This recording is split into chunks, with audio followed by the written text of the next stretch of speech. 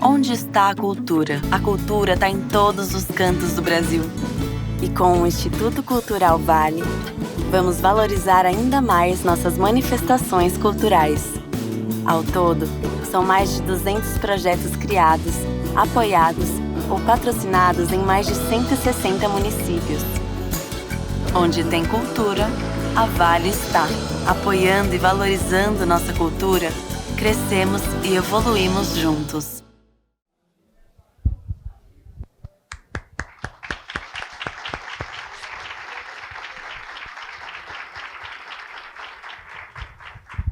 Boa noite, gente. Prazer, alegria, a presença de vocês. Vamos dar continuidade para essa associação que nós fizemos com o Adalto Novaes, que é o ciclo Mutações, uma realização do SESC São Paulo e da Arte e Pensamento, e aqui em Belo Horizonte com o patrocínio do Instituto Cultural Vale e da CEMIG. É dessa forma que nós conseguimos viabilizar o projeto nesses 37 anos de trabalho. Informo também que todas essas sessões que estão sendo gravadas serão depositadas no nosso YouTube. Nosso YouTube tem ali uns 20 e poucos anos de trabalho e tem mais de 1000, acho que quase está chegando a 1000 vídeos nesses anos todos. Então, se vocês quiserem continuar, não só ver esse ciclo Mutações, como tantos outros que já foram gravados, estão lá no YouTube do Sempre um Papo. Tá? Queria agradecer a presença de todos e passar a palavra meu querido Vladimir. Queria inicialmente agradecer infinitamente a presença de todos vocês aqui. Para mim é uma grande felicidade, uma grande honra estar aqui nesse ciclo de palestras. Está dando para ouvir bem? Não? Desculpa o pessoal de marketing, mas...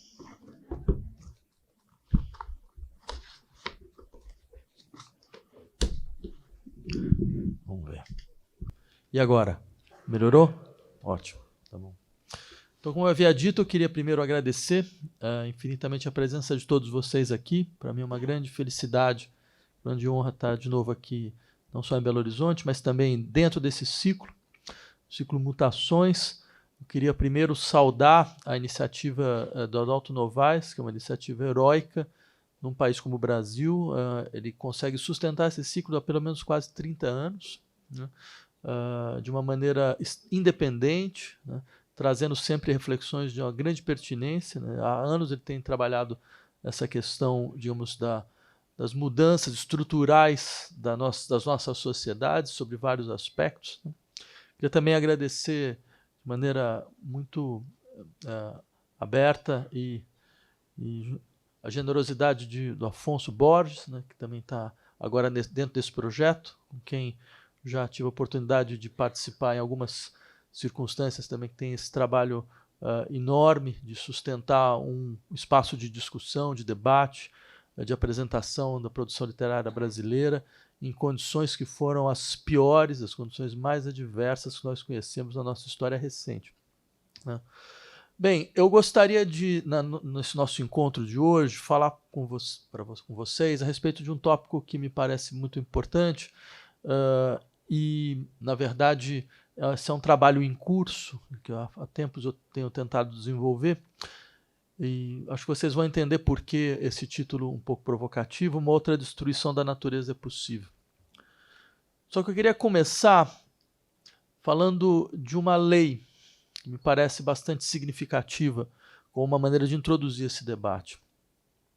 A Constituição atual do Equador, no seu artigo 71, ela traz o seguinte texto: a natureza, ou Pachamama, onde se reproduz e realiza a vida, tem direito a que se respeite integralmente sua existência, assim como tem direito à preservação e regeneração de seus ciclos vitais, estrutura, funções e processos evolutivos. Vejam, essa era a primeira vez que uma Constituição reconhecia à natureza o estatuto de sujeito de direito.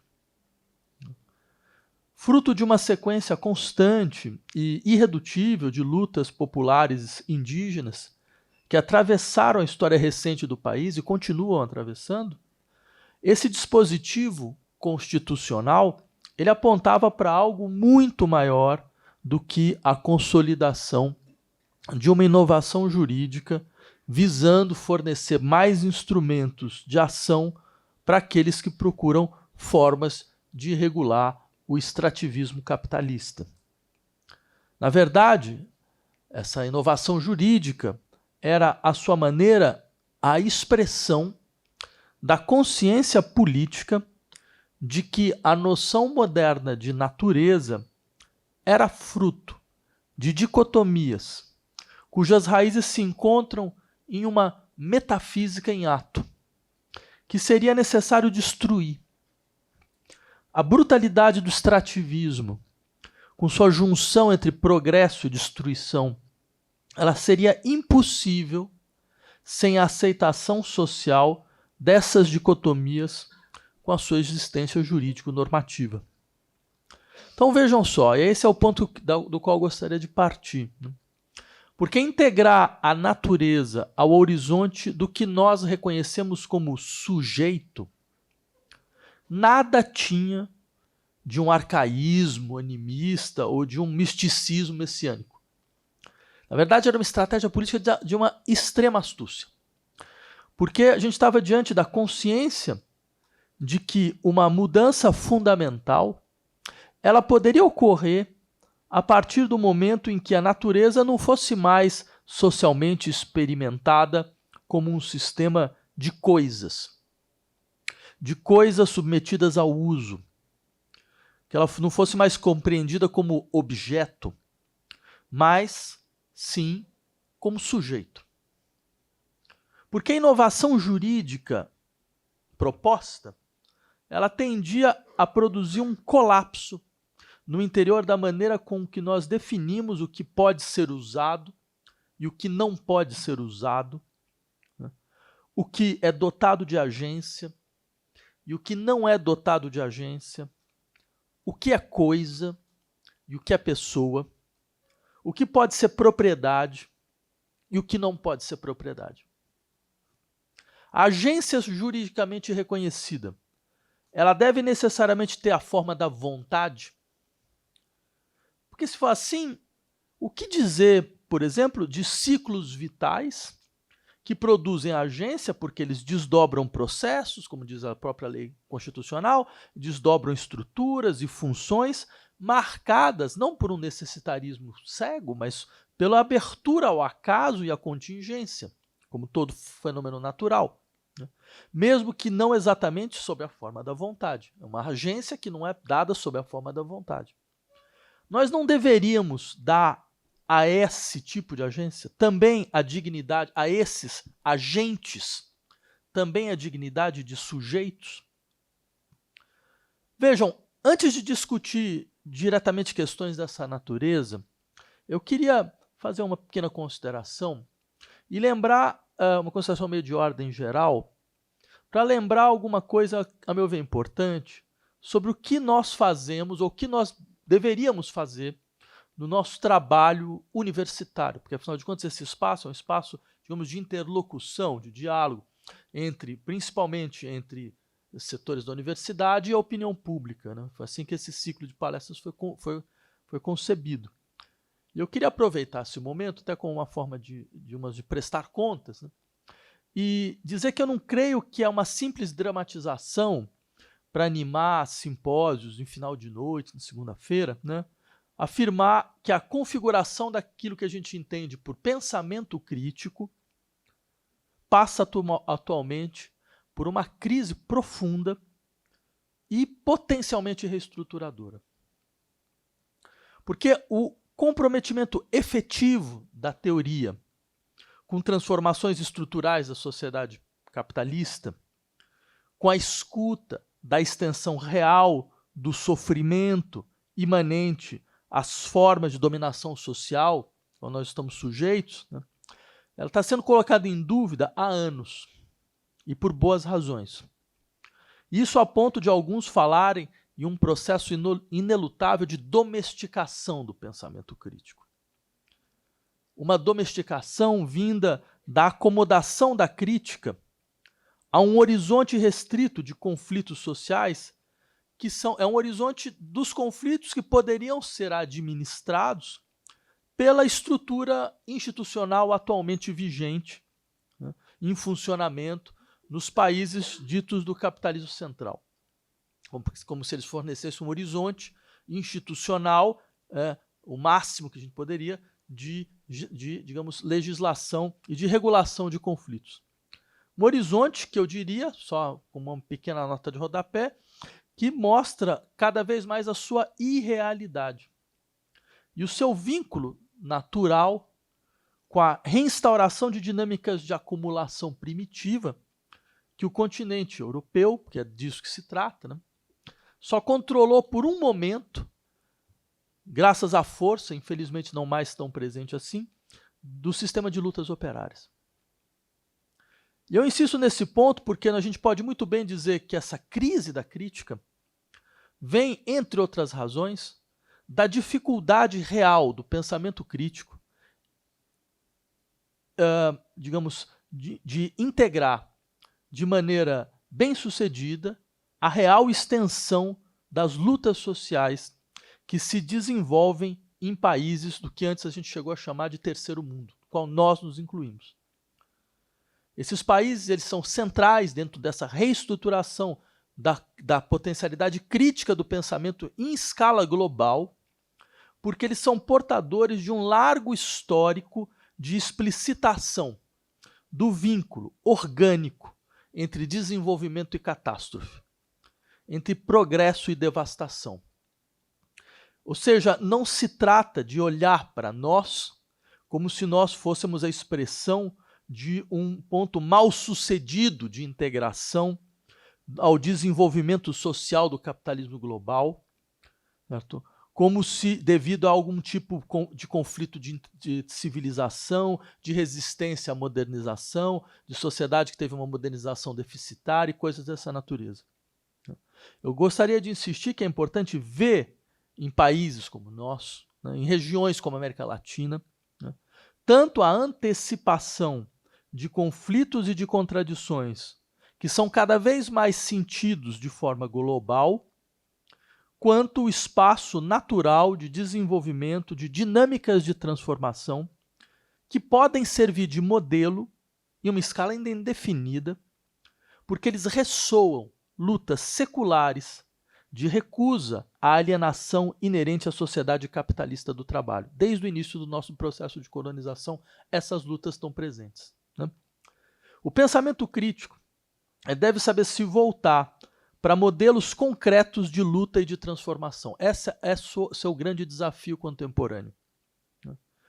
Principalmente quando essas lutas e essas transformações trazem no seu bojo, como eu gostaria de mostrar agora, hoje, a possibilidade da consciência do caráter indissolúvel entre crise social, crise econômica e crise epistêmica. Ou seja, essas lutas que têm no nosso continente um espaço fundamental de desenvolvimento, elas têm um elemento extremamente singular e estrategicamente fundamental. Elas são a expressão de uma consciência clara, de uma imbricação de crises que definem a nossa época. Nesse caso, principalmente uma crise social, uma crise econômica e uma crise epistêmica. E esse ponto eu queria insistir com vocês. Porque eu acredito que tem uma articulação fundamental entre crise e crítica que só se desenvolve quando a reflexão sobre a crise social também se desdobra em consciência da crise da própria linguagem filosófica que se naturaliza no nosso senso comum. Por isso, crise epistêmica. Porque o nosso senso comum, aquilo que parece constituir uma espécie de gramática não problematizada na nossa vida social, ele não é desinflacionado do ponto de vista filosófico. Ele não é desproblematizado do ponto de vista filosófico. Ela é uma filosofia em ato, que não diz seu nome. E isso, por exemplo, basta vocês lembrarem dessa frase impressionantemente precisa de alguém como Nietzsche, que dizia mais ou menos o seguinte: nós nunca nos desvencilharemos de Deus enquanto nós acreditarmos na gramática. essa é a consciência de que se há uma transformação necessária, ela passa pela transformação desta filosofia implícita que se naturalizou no senso comum. Por que ele fala da gramática? Porque ele diz, olha, o que a gramática nos ensina? Ela fornece as nossas condições gerais de possibilidade da experiência. Para todo predicado, ela nos faz esperar um sujeito. Para todo efeito, ela nos faz esperar uma causa. Ou seja, ela organiza o campo do que há a experimentar. E muitas vezes, esta organização, longe de ser uma explicitação de uma potencialidade, é a imposição de um limite à experiência. Um limite que precisa ser transformado para que, efetivamente, um campo novo de experiência possa emergir. Então eu diria, e esse processo não é dado de forma abstrata, ele é dado por sistemas de lutas sociais que em certos momentos tocam essas articulações entre uma certa episteme naturalizada, que também se explicita como crise social, como crise econômica e por aí vai, né? Então eu queria insistir nesse ponto, talvez uma estratégia fundamental para o nosso horizonte crítico hoje é partir da aceitação de que nos falta língua. Nos falta uma língua para falar sobre o mundo que nós queremos, né? E reconhecer isso me parece um dispositivo fundamental para o desdobramento da real extensão das nossas lutas. E eu falo isso porque, nas últimas décadas, a América Latina experimentou, ao mesmo tempo, o aprofundamento da crise ecológica, a ascensão do neoliberalismo autoritário e a criação de estruturas institucionais e legais inovadoras relativas à relação entre os viventes. A história latino-americana está marcada por ter sido aqui que ocorreu o primeiro laboratório mundial para a implementação de políticas neoliberais, que é o Chile de Augusto Pinochet, no início dos anos 70. Uma implementação violenta e assassina, como não poderia deixar de ser. Só que seria o caso de lembrar que essa história do neoliberalismo latino-americano, ela é apenas uma parte de uma história mais ampla do desejo de desenvolvimento e de progresso que nos foi imposto. Ela faz parte dos processos de modernização capitalista pelos quais a região passou. Ela traz as marcas do extrativismo irrefreável, com as suas consequências ecológicas alarmantes para todo o globo. Para se ter uma ideia concreta do que eu estou dizendo, eu lembraria que a floresta amazônica perdeu em 2021 18 árvores por segundo. Por segundo. Algo que, infelizmente, simplesmente acelera uma lógica que funda a inserção capitalista da região. Por exemplo, uma região da França chamada Picardia, na época da Idade Média, retirar 12 mil hectares de floresta levou 200 anos. Começou no começo do século XII. 4 séculos depois, no Nordeste do Brasil, durante o auge do ciclo da açúcar, em 1650, 12 mil hectares de floresta foram derrubados em um único ano. Então, vocês percebem? A lógica é a mesma. E é a lógica para a qual o bioma natural é apenas um entrave ao progresso. Ou seja, desde o colonialismo, o continente conhece o impacto do discurso do progresso como horizonte para intervenções violentas e autoritárias. Intervenções essas que visariam tirar os povos latino-americanos do atraso, trazê-los mais perto da civilização, recompor a relação com a natureza a partir das exigências dos processos de acumulação primitiva e de desencantamento iluminista. Não há progresso sem a noção de atraso, sem a noção de que haveria não apenas sociedades atrasadas, mas sujeitos fora do progresso. Sujeitos presos a modos de relação a si arcaicos, não livres. E para sair desse pretenso ponto morto da história, esses sujeitos deveriam se sujeitar a intervenções externas violentas, que os transformassem, que os educassem, que os curassem, que os convertessem, que os esconjurassem. E se eles mesmo assim continuassem a resistir, o seu extermínio deveria ser feito sem lágrimas, sem dor, sem memória. Um pouco como essa publicidade, eu queria mostrar, mas aqui não deu, mas se vocês procurarem, vocês vão encontrar, os mais velhos talvez lembrem, sobre a rodovia transamazônica, que a gente podia ler em revistas brasileiras da época da ditadura militar, nos anos 60, que era uma foto da estrada cortando a floresta, e um título fantástico e bastante impressionante que mostra a capacidade criativa incomensurável da publicidade nacional, né? Para unir o povo brasileiro, nós rasgamos o Inferno Verde. Deve ter ganhado um prêmio em Cannes, com certeza, né? Camargo Correia, que depois... Bem. Pois era isso a natureza que resistia ao progresso, a saber, um inferno verde. Algo a ser esconjurado, a ser expulso, a ser subjugado e vencido. E todos os que a ela estivessem associados, por serem mais próximos da natureza, menos desenvolvidos, deveriam sofrer o mesmo destino, ou se deixarem transformar, ou serem destruídos.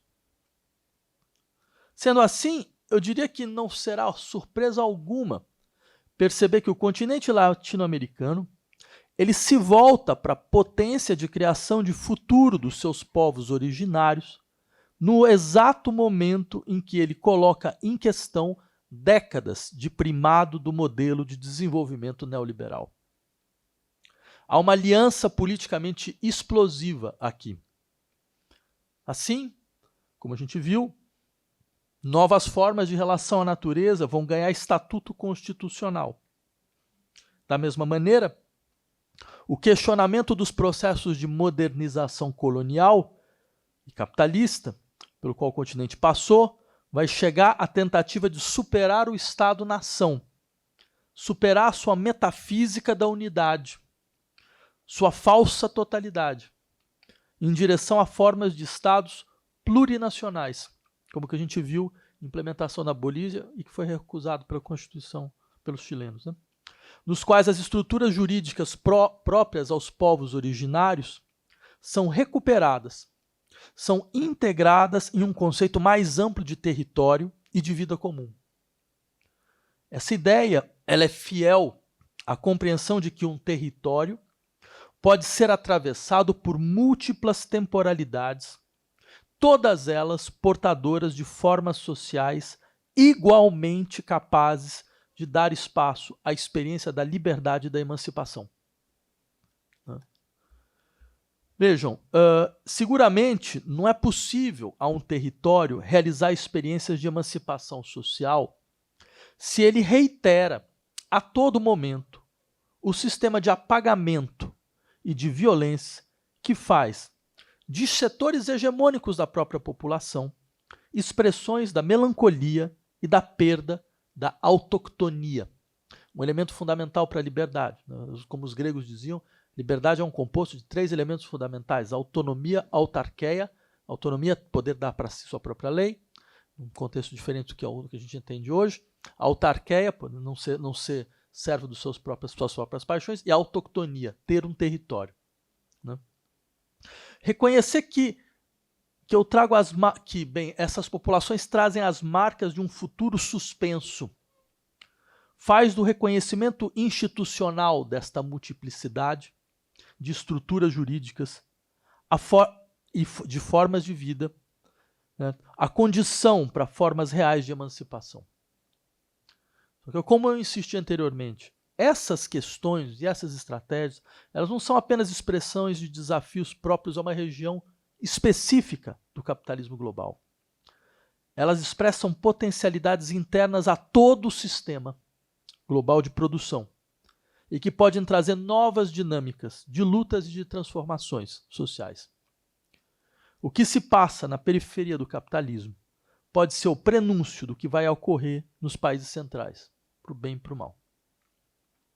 Bem, eu fiz essa introdução porque eu queria encontrar uma maneira de defender com vocês um ponto, a meu ver, central, que é a retomada do potencial efetivamente revolucionário do pensamento crítico.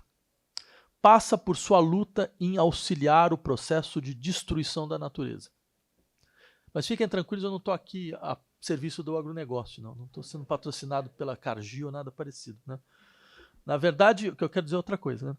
Que as crises nas quais nós nos encontramos não pedem uma nova aliança com a natureza, pedem uma nova destruição da natureza. Não, claro, a destruição física que nós vemos de forma cada vez mais dramática todos os dias, mas a destruição do sistema de dicotomias que anima a nossa metafísica. Principalmente essa distinção metafísica capciosa entre pessoas e coisas, que até hoje guiou nossa relação hegemônica à natureza. Uma distinção que não é secundária no nosso sistema de pensamento, ela é central. Porque ela é a expressão máxima, esse é o ponto que eu queria insistir com vocês, de uma teologia política que nos é constitutiva e é, infelizmente, irredutível. Nosso destino está vinculado a ela. Então, mudar ela significa mudar o nosso destino radicalmente. Né? Porque o Ocidente, ele não é exatamente uma forma de sociedade. O Ocidente é uma forma de natureza. É outra coisa. Né? Ou seja, se a gente quiser, é uma forma de definir o sistema dos viventes que nos afeta e do qual nós participamos como natureza. E ao inventar algo como a natureza, com suas tensões internas, com as suas categorias, nós criamos nossas sociedades ocidentais. Ela é o conceito definidor das nossas estruturas de vida, mesmo que por contraposição. Porque, por exemplo, eu poderia lembrar, para nós é muito natural que lá onde a natureza define o ritmo dos movimentos, para nós não pode haver história. Lá onde a natureza define comportamentos, para nós não pode haver autodeterminação. Lá onde a natureza define ciclos, para nós não pode haver liberdade. Lembrem de um ponto, ao meu ver, importante, eu queria insistir sobre esse aspecto. Um pensamento crítico efetivamente comprometido com a emancipação não pode deixar intacto esses pressupostos. Não pode naturalizar esses pressupostos. Não pode acreditar que a noção de natureza, esses pressupostos que a noção de natureza integrou no interior da história da racionalidade moderna. O objeto efetivo da crítica se encontra na explicitação das insuficiências da gramática social de conflitos que nos foi imposta. De maneira que, ele está na maneira com que ela procura, nessa gramática, ela procura invisibilizar a radicalidade de lutas que compõem o horizonte das nossas demandas sociais. E um dos fundamentos dessa gramática, eu queria insistir, se encontra exatamente na noção de natureza. Por isso eu queria usar essa conferência para dizer que há várias formas de destruir a natureza e talvez a melhor maneira de parar a destruição que nos atormenta é através de uma outra forma de destruição. Por essa razão, eu queria insistir na hipótese de que a natureza se tornou o nome de uma crise. Ou, para ser mais claro, o ponto de convergência de uma sequência articulada de 6 crises.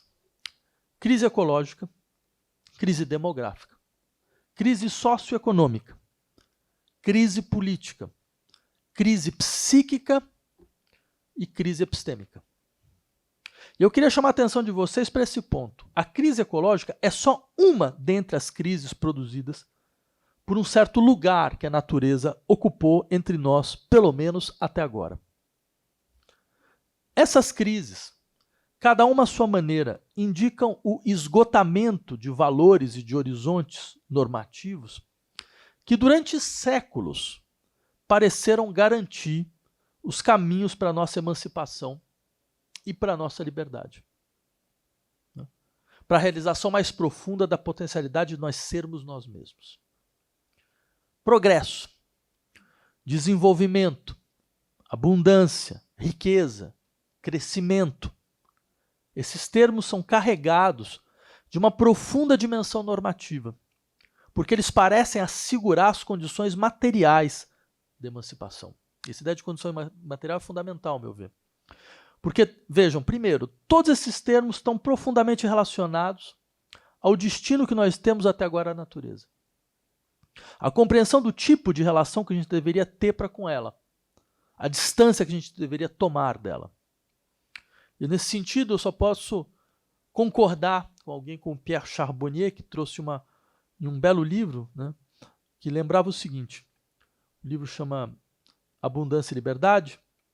O significado que nós demos à natureza e os meios os significados que nós demos à liberdade e os meios empregados para instituí-la e preservá-la não são construções abstratas, mas são produtos de uma história material em que os solos e os subsolos, as máquinas e as propriedades dos seres vivos forneceram alavancas de ação decisivas. A atual crise climática revela de maneira espetacular essa relação entre abundância material e processo de emancipação. Ou seja, o que a gente entende por liberdade é indissociável de um conjunto de ações sociais e econômicas que visam garantir as condições para nós exercermos nossa autonomia. Liberdade não é uma disposição subjetiva. Liberdade é um sistema de práticas sociais.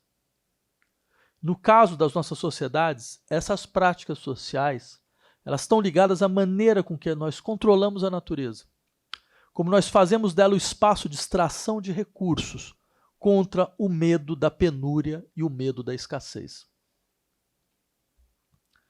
Em certo momento, antes, eu tinha falado da natureza como um conceito teológico político. Eu queria voltar a esse ponto. Porque seria o caso de lembrar que o conceito de natureza que organiza a produção socioeconômica do capitalismo depende de uma profunda operação teológico-política, que continua até hoje.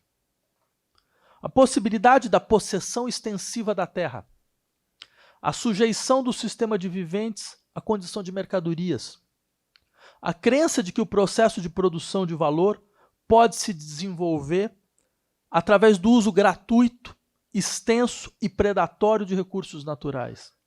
Tudo isso exige uma divisão ontológica entre, de um lado, sujeitos à procura da realização das condições sociais da sua liberdade e, do outro, coisas cuja função real seria estarem a serviço e à disposição dos humanos.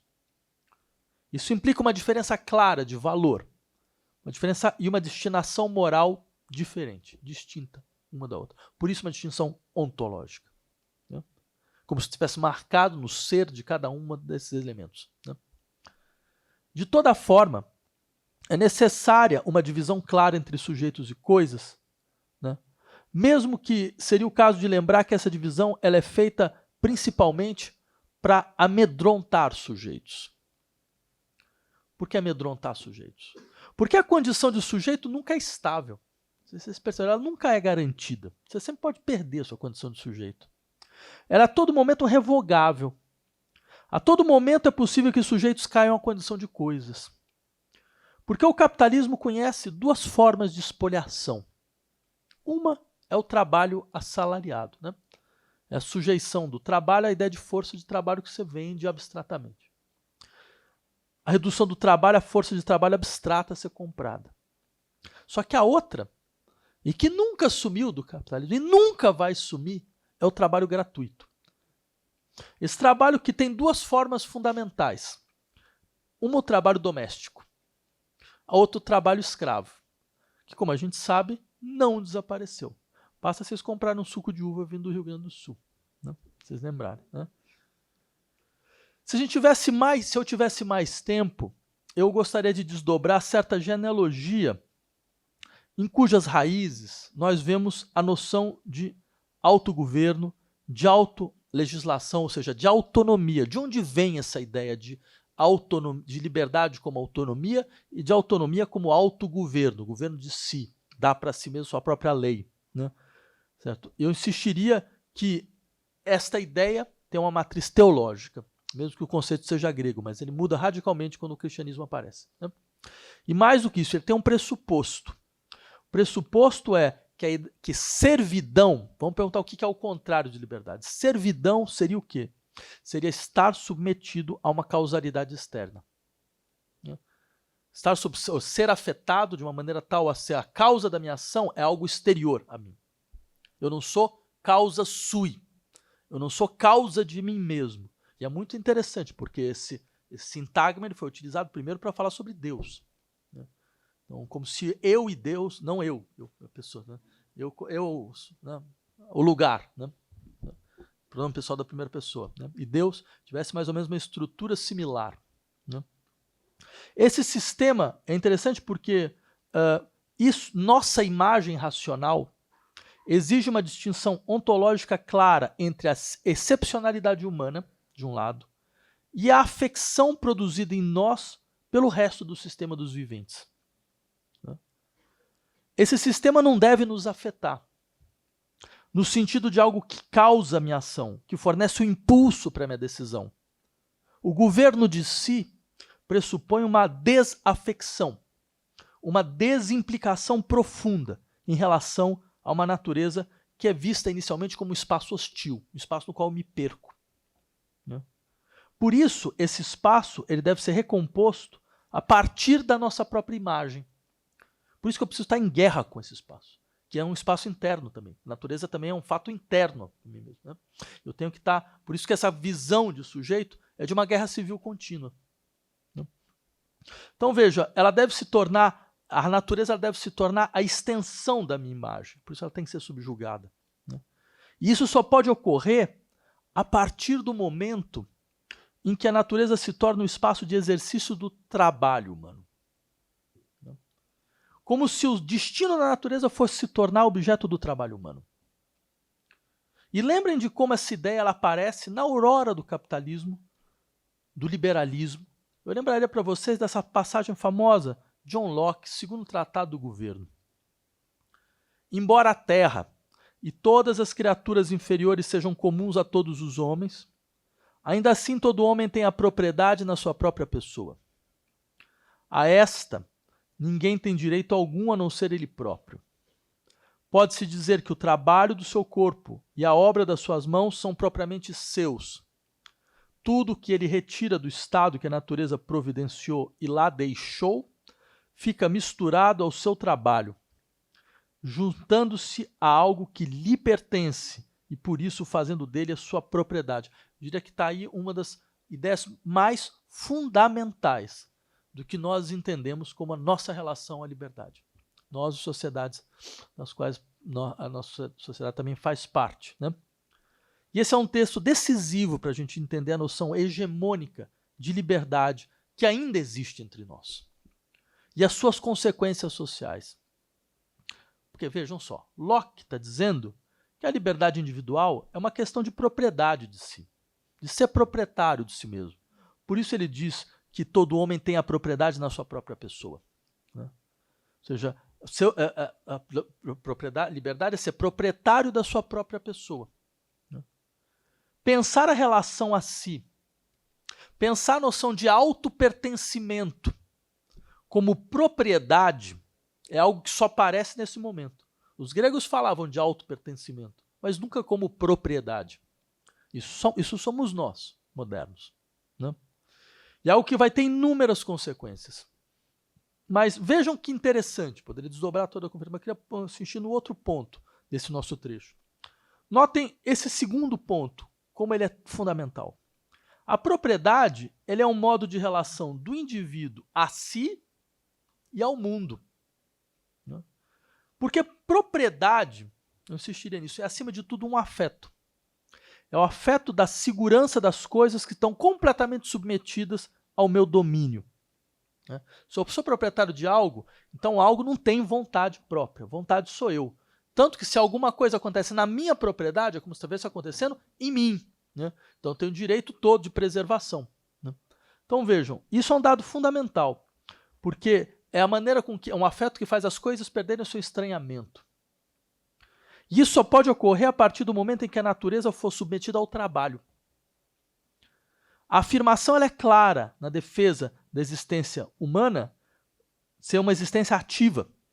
Uma atividade que, ao mesmo tempo, apropriação e redução da diferença do que se contrapõe a mim sob a forma do objeto. Eu reduzo isso sob a forma do objeto que deve ser trabalhado. A natureza é um objeto à espera do meu trabalho. Né? Ela está lá porque é à espera da minha possessão, espera da minha apropriação. Né? Espera da sua transformação em algo que é a imagem e semelhança de mim mesmo. Né? Onde eu consigo me encontrar numa segurança profunda. Ela perde seu caráter hostil quando ela vira um grande fazendão. Né? Então veja, nesse sentido, a centralidade do trabalho denuncia que nós não estamos diante de uma identidade de substância, uma identidade de atividade. Né? Só que o que seria o caso da gente se perguntar o seguinte, o que o Locke entende exatamente por trabalho? Né? Porque isso não é totalmente claro, evidente. Porque vejam, Locke acredita, quando ele fala isso, que a natureza deixou intocado, então ele acredita que existem espaços nos quais a natureza não foi ainda submetida ao trabalho. Os espaços nos quais a gente encontraria, por exemplo, o mito da natureza virgem, né? Do espaço vazio, né? Da terra muito próxima do nada, né? Pronta a ser tomada, pronta a ser colonizada, do famoso, isso aí é tudo mato. Né? Ou seja, a tecnodiversidade das múltiplas formas sociais, ela precisa ser radicalmente negada. Ou seja, porque essa mesma tecnodiversidade que se desenvolve em vários casos, porque cada sociedade tem sua forma de tecnologia. Tecnologia não é um dom que foi dado por um Prometeu grego, que depois passou da Grécia para a Europa e chegou até todo mundo. Né? Não, a tecnologia é um elemento imanente a toda e qualquer forma social. Só que falar em tecnodiversidade significa que existem tecnologias que não precisam operar distinções entre espaço doméstico e espaço selvagem, entre espaço da natureza e ação da cultura. Os povos ameríndios mostram isso muito bem, onde o espaço da produção ele é discreto, porque ele é em continuidade com o espaço geral, porque ele desconhece a lógica extrativista vinculada a uma caracterização muito específica do processo econômico, que é a acumulação primitiva, que fornece as condições para o advento do capitalismo. Né? Ou seja, se Locke é vítima dessa ilusão de que existem terras não trabalhadas, né, é porque o seu conceito de trabalho está organicamente e exclusivamente ligado à produção capitalista de valor. Produção que precisa quebrar aquilo que o jovem Marx chamava de metabolismo entre o humano e a natureza, que permite uma multilateralidade da relação do homem com a natureza. Por quê? Porque quando ele quebra esse metabolismo, ele reduz o que é a natureza à condição de reserva, à condição de estoque, condição para a valorização do valor. Né? E de justificativa, isso é o mais importante, para a expansão colonial. Porque se eles podem explicar por que os puritanos podem vir aqui para a América e tomar as terras, é porque não tem trabalho na terra. Porque eles olhavam assim para aquelas pradarias e falavam, ninguém trabalhou, né? Não tem nada. Então, se não tem nada, se eu trabalho, estou lá trabalhando duro, né? Enquanto os ameríndios ficavam olhando e falavam, o que esse pessoal está fazendo aqui? Né? Ou seja, atrapalhando todo o meu sistema tecnológico produtivo. Né?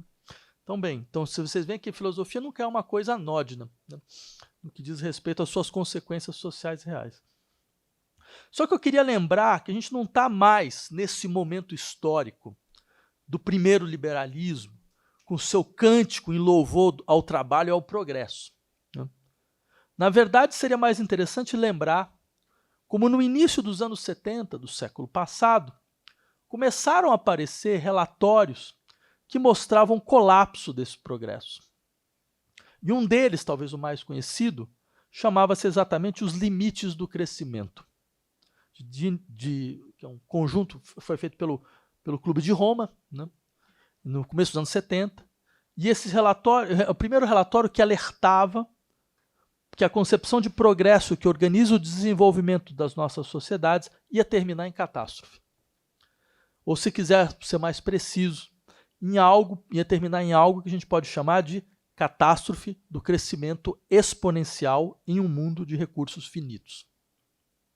É interessante porque a teologia política que nos constituiu entrava agora na sua fase melancólica e catastrófica. E, de fato, essa catástrofe representada pelo crescimento, pela exaustão de recursos em um meio ambiente finito, né, ela é, na verdade, só uma dentre as figuras possíveis dos impasses do progresso. Por exemplo, seria muito relevante a gente explorar a articulação contínua entre progresso e guerra, a ponto de nos perguntarmos se a história do progresso, até agora, não foi a história da sua relação à guerra. Nós sabemos como passos fundamentais do desenvolvimento técnico são normalmente realizados dentro de esforços de guerra.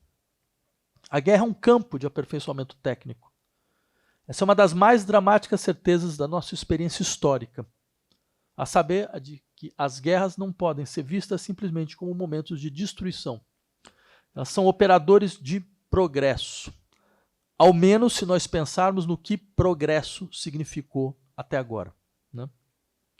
Só que tem um outro sentido aqui que eu queria chegar, estou terminando um pouco por aqui, para a relação entre guerra e progresso.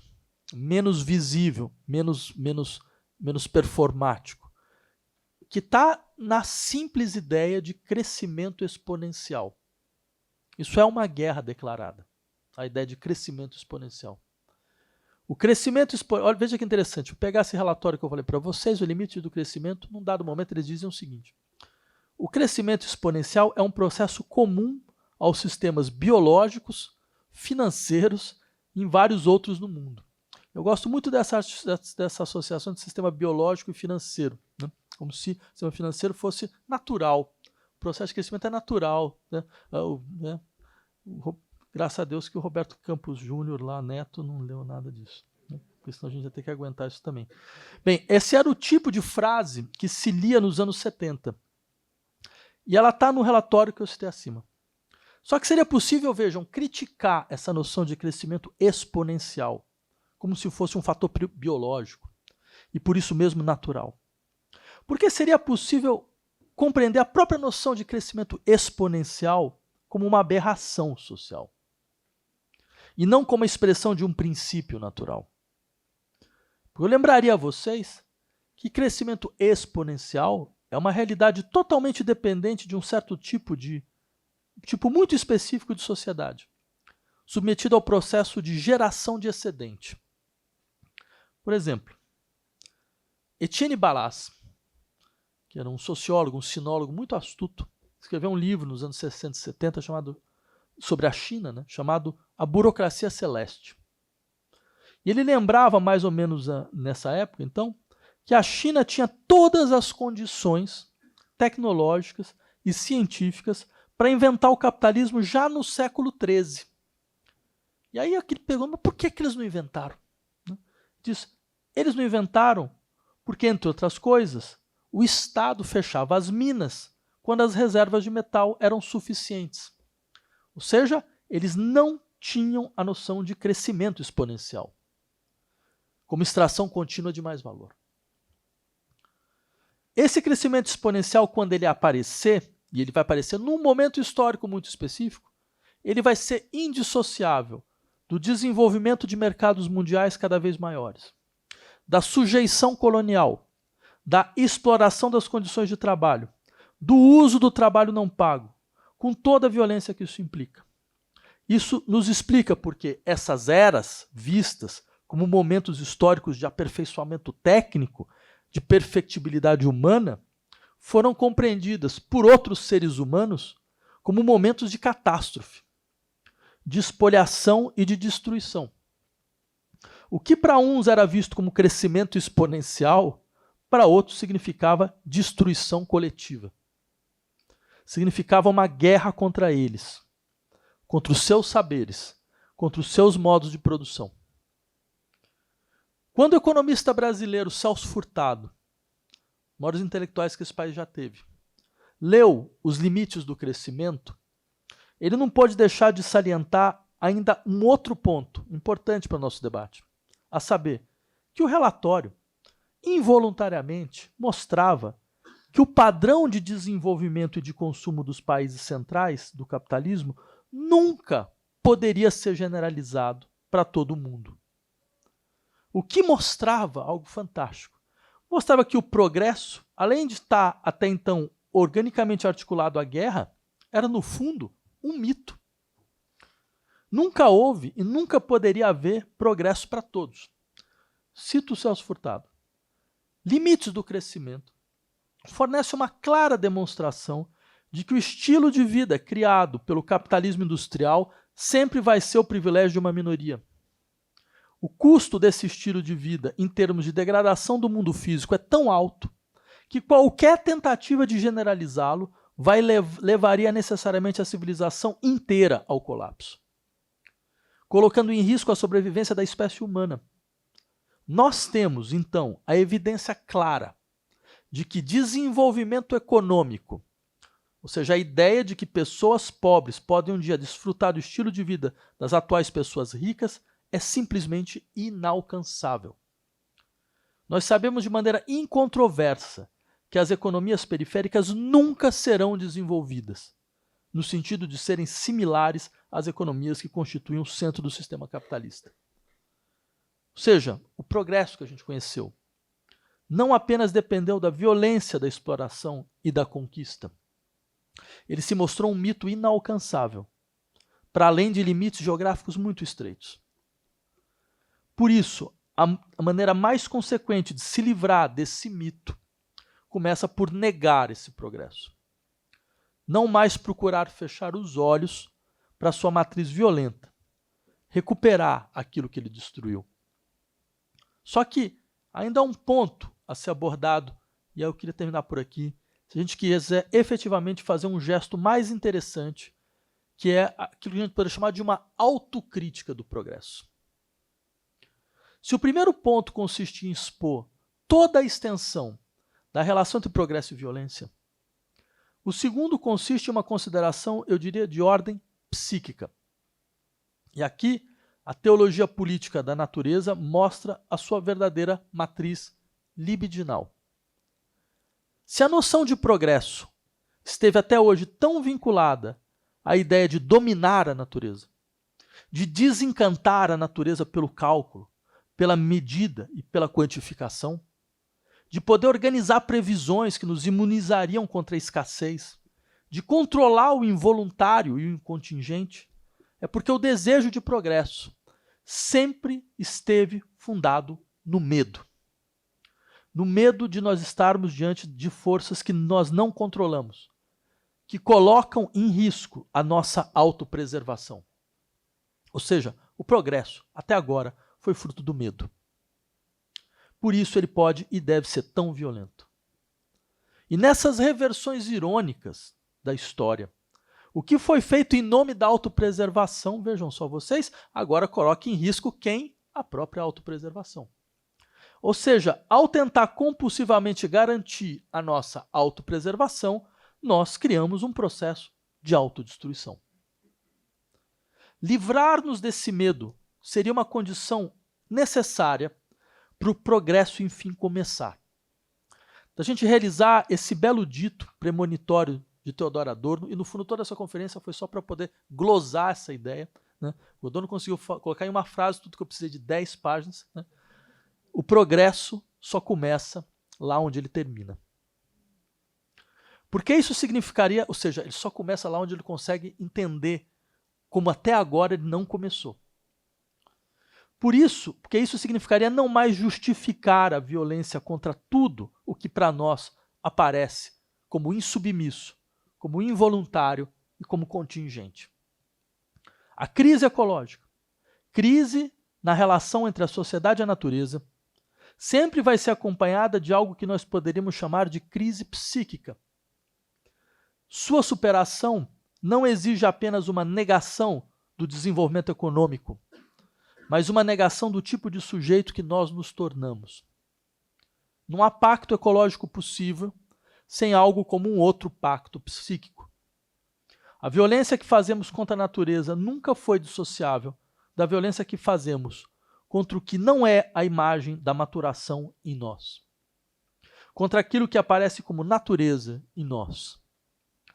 Por fim, isso nos mostra que uma destruição crítica da natureza não vai ser feita tendo em vista recuperarmos alguma segurança ontológica perdida, mas não termos medo daquilo que é uma força heterônoma ao nosso redor e em nós.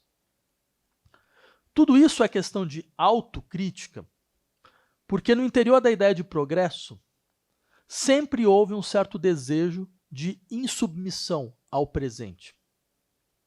Sempre houve a crença de que nós não necessitamos deificar o que atualmente nós somos, ou que nós já fomos. Eu diria, esse desejo, constituinte da trágica história do progresso, nunca foi tão necessário quanto agora. Como se nós devêssemos então nos apoiar no progresso para livrar o progresso dos seus próprios fantasmas. Quando a noção de progresso apareceu no Ocidente, ela apareceu inicialmente como um debate estético, a querela dos antigos e dos modernos. Foi lá que, pela primeira vez, nós vimos a utilização de moderno, de modernidade, como a gente conhece atualmente. A questão da querela era clara. Devem as obras de arte se submeterem aos padrões de avaliação do passado, ou elas trazem em si mesmas a recusa do que nós fomos até agora? Se uma obra de arte traz em si o seu próprio valor, se ela é sempre a instauração de um outro princípio de avaliação, é porque ela é a expressão de um tempo insubmisso, de uma insubmissão ao presente. Obras de arte mostram sempre como o presente não é idêntico a si mesmo, como o tempo não esgotou. Há de nos apoiarmos nessa origem estética do progresso, contra aquilo que o progresso se tornou, contra a maneira como ele nos moldou e contra a maneira com que nós ainda somos e que nós não queremos mais ser. Era isso. Muito obrigado.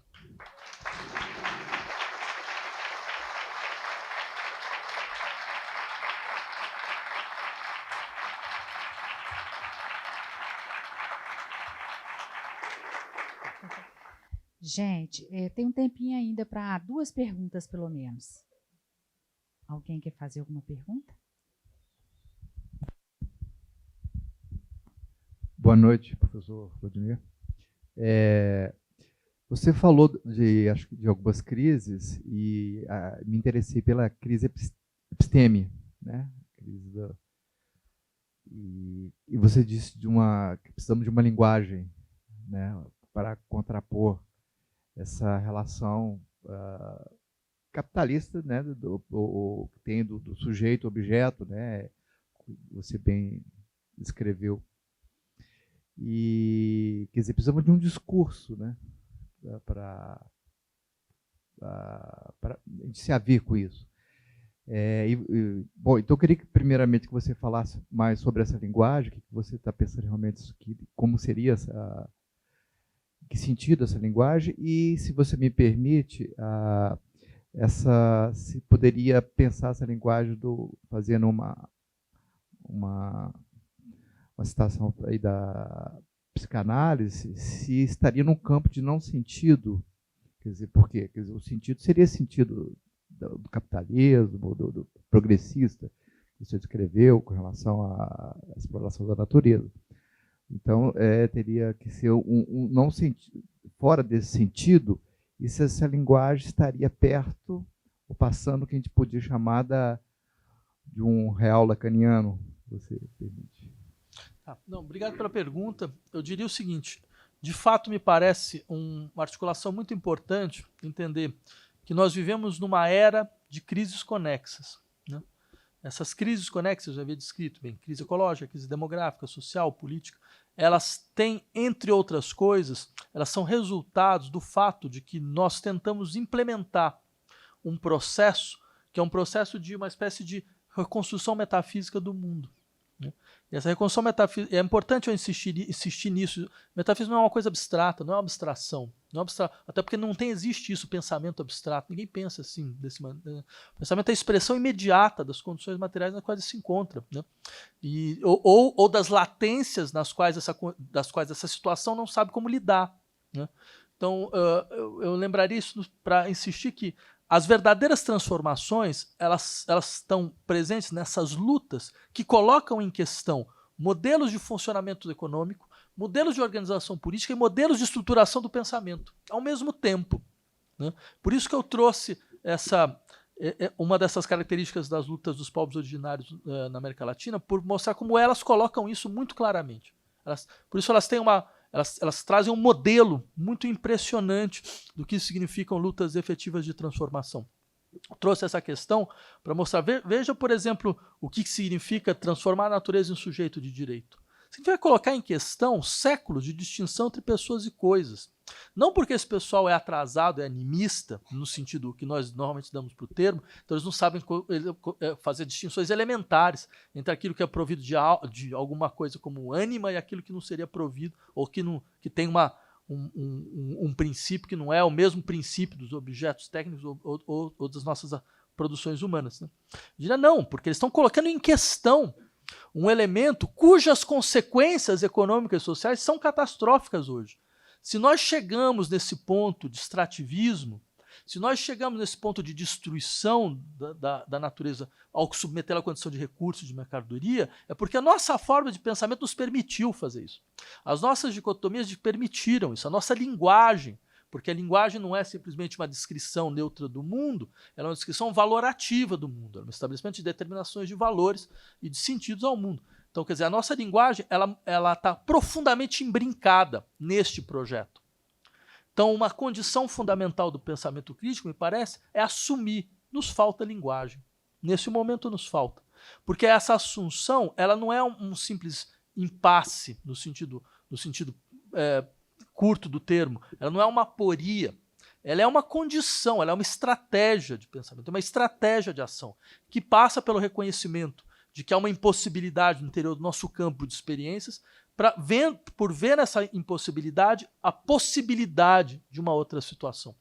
E mais do que isso se vincula a um outro processo, que é o processo que consiste em compreender, bem, nossa história é uma história de dinâmicas de apagamento de formas sociais, de estruturas jurídicas, de estruturas tecnológicas, certo? Como se todas elas fossem expressões desse conceito vago, né, desse conceito estratégico, atraso. Atraso, né? Atraso, pobreza. É sempre bom lembrar como Galbraith, antigo economista, né, falava, olha, eu não entendo essa ideia de sociedade da penúria. Nunca houve sociedade da penúria. Nunca houve uma sociedade. Como dizia já o jovem Marx, né, o samoiedo, o cara que mora na Samoa, né, e que vive lá com seu óleo de peixe, seus cocos, ele não se vê pobre. Né? Existe uma coisa que é a pobreza relativa e outra pobreza absoluta. Ele não se vê. Agora o operário que trabalha nas nossas sociedades, a todo momento ele percebe que o que ele ganha ele está sendo ultrapassado por aquilo que ele poderia realizar, ele sim se vê pobre. Né? Então isso significa o quê? Significa que as sociedades organizam seus dispositivos tecnológicos a partir de um certo tipo de preservação, né, de potencialidades imanentes aos seus territórios, o que a gente não fez, né, entre outras coisas. Então, eu diria, é importante entender que este processo de progresso ele tem uma dinâmica de apagamento que precisa ser suspensa. Mas o interessante é o seguinte, quando essa suspensão se dá, não acontece o que alguns nos fizeram acreditar, que, bem, então você tem regressões. Você regride a sociedade a formas arcaicas, a formas do passado. Não, o que a América Latina mostra é que quando você faz isso, você abre a imaginação social para uma nova dinâmica de produção de futuro. Você tem uma nova criação de futuro, saem coisas que nunca existiram. Um Estado plurinacional, isso nunca existiu. Certo? Um Estado com múltiplos tempos no mesmo território, isso nunca existiu. Uma Constituição que reconhece a natureza como sujeito, isso nunca existiu. Não? Então você percebe? É uma potencialidade que está suspenso, é um futuro suspenso, não é um passado. É claro, aí a coisa interessante.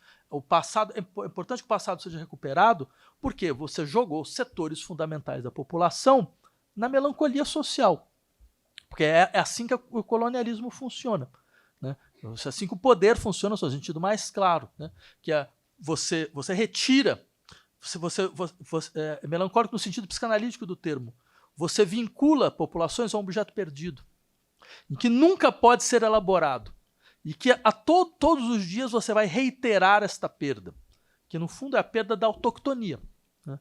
É a perda do território. Essa perda da autoctonia ela vem com a perda de si. Por quê? Porque é como se você falasse, bem, mas aquilo que você lembra, essa autoctonia perdida, aquilo que você lembra, esse território perdido, essa autonomia perdida, a sua cor, as suas tradições, os seus hábitos, tudo isso marca você como exilado no seu próprio passado.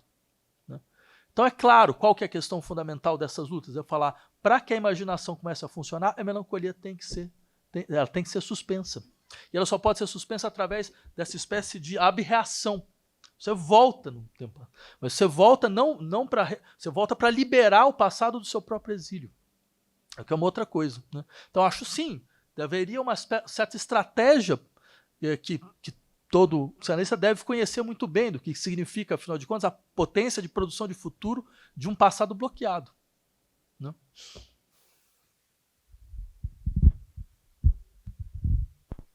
Boa noite, Vladimir, tudo bem? Eu queria te fazer uma pergunta que ficou... Acho que a última vez que você apareceu aqui em BH, nós pudemos trocar uma conversa muito breve e me parece que sua exposição ela desdobra considerações que você vem fazendo há muitos anos, que comparecem naquele texto seu, Heteronomia sem Servidão, e que aqui acho que você desloca para a natureza. Né?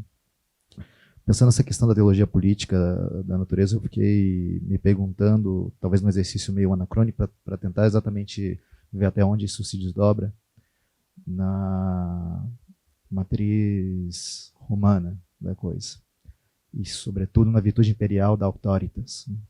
E essa virtude imperial que vai demarcar a possibilidade de estabelecer o poder de comando, e como que ela está marcada por essa mesma partícula da qual a gente está se debatendo aqui, né, da qual, enfim, talvez o Adorno tendo feito a virada da autonomia dada sob a figura da heteronomia, mas me parece que ali, em Roma, a gente ainda está no problema desse auto, desse próprio, né, desdobrando-se sobre si, que fica me perguntando se ele não teria consequências diretas nessa teologia política, nesse discurso, que não é só um discurso do Império, mas é um discurso que vai se desdobrar da própria escritura. Né? E até onde vai a eficácia dessa escritura hoje. Né? Sobretudo, aí é uma questão da teologia política do agora. Né? Bem, porque me lembra muito, nesse sentido, não só a questão monoteísta, mas a questão também sobre né, o ângulo dos povos originários. Me lembrou uma intervenção da Marisol de Lacada, né, diante do neoconstitucionalismo latino-americano, tentando fazer essa reversão, não tratar do comum, mas do incomum, né, entre nós. Justamente, me parece que ela olha junto desses povos a possibilidade de um enlaçamento através da diferença. Enfim, gostaria que você tecesse algumas considerações. Não, essa colocação é importante mesmo, porque, de fato, acho que já dos legados do direito romano é estabelecer uma tríade praticamente indissociável para nós entre domínio, soberania e identidade. Né? E é claro que isso vai ser fundamental para a generalização da concepção de pessoa, né? Que no direito romano está ligado ao direito de propriedade, e ela se estende de uma maneira muito forte. Eu insistiria nesse aspecto. Por exemplo, eu falei aqui da ideia de propriedade de si. Né? É importante lembrar como essa ideia apareceu. Né? Ela apareceu não dentro do pensamento liberal, ela apareceu através dos levelers, né? que era um movimento social na Inglaterra do século XVII, os niveladores, né? que é o primeiro movimento de tentativa de alguma espécie de democracia radical, né? Ou seja, mais extensa. É claro que tem todos os seus limites, tal, mas é interessante lembrar isso porque é lá que aparece pela primeira vez essa ideia de ser proprietário de si mesmo. Por quê? Porque tratava-se de dizer, bem, existe um direito constituído e garantido, é o direito de propriedade, né? Só que, então nós vamos generalizar esse direito para todo mundo. Todo mundo tem uma propriedade. Então você integra todo mundo ao direito. É uma estratégia clássica. Você pega um elemento já garantido e você generaliza. Só que o Locke faz uma inversão. Então ele reintegra esse processo dentro de uma lógica liberal, de articulação das relações a si, relações ao mundo, função do trabalho, todo esse tipo de coisa. Por quê? Porque você tem, dentro do nosso horizonte, essa articulação, desde o início, entre domínio, soberania e identidade. E ela é irreversível, né? Por isso eu insistiria, a ideia de que liberdade tem alguma coisa a ver com pertencer a si mesmo, para nós, ela é impossível de ser conjugada. Porque ela sempre vai trazer essa noção. Então, quando você lembrou da ideia dos espaços incomuns, ou seja, não projetar para essas lutas a discussão do comum, né? Porque essa discussão do comum, primeiro, ela vem de uma certa tradição, e segundo, talvez ela seja insensível a algumas questões fundamentais, porque talvez o problema interessante, para nos liberar desse tipo de impasse, é pensar as relações fora das relações de soberania. Né? Porque, por exemplo, algumas discussões sobre essa questão de submeter a natureza a sujeitos de direito passa por quem pode falar, então, em nome da natureza, né? E alguns povos insistem, não, mas eu não quero essa lei constitucional, eu quero retomar a soberania para mim, né, que me foi roubada, porque tem uma certa legitimidade na colocação, né? Só que tem um elemento interessante aqui, a soberania ela é uma construção recente, né? Então, ou seja, se você jogar o problema como uma luta entre soberanias, eu duvido que isso possa dar um passo para qualquer lugar. Né? Então, talvez a questão seja decompor essa ideia, né?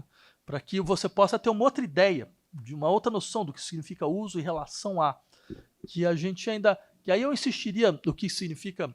Podem parecer colocações abstratas, mas eu insistiria o seguinte, reconhecer que nos falta língua, isso significa que uma questão fundamental para a ação política é fazer um pouco, como Adorno dizia sobre a experiência estética, né? Fazer operar aquilo que nós não sabemos ainda como será. Ou seja, abrir o espaço, entender que, por exemplo, essas inovações, elas não são respostas ao problema. São colocações de novas perguntas. Só que as colocações de novas perguntas é um elemento fundamental para que a ação possa ser destravada, né? Porque ela vai abrir novas possibilidades de luta, novas possibilidades de tensionamento, ou seja, ela faz avançar o processo, né? Então eu insistiria muito nesse aspecto, né? Quer dizer, essas são inovações que permitem a imaginação social sair da sua paralisia, antes de qualquer outra coisa. Colocando talvez os problemas reais, onde eles efetivamente estão.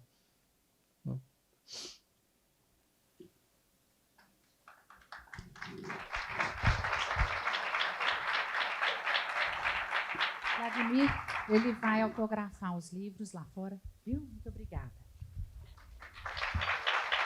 Bem, muito obrigado a presença de todos e as perguntas também.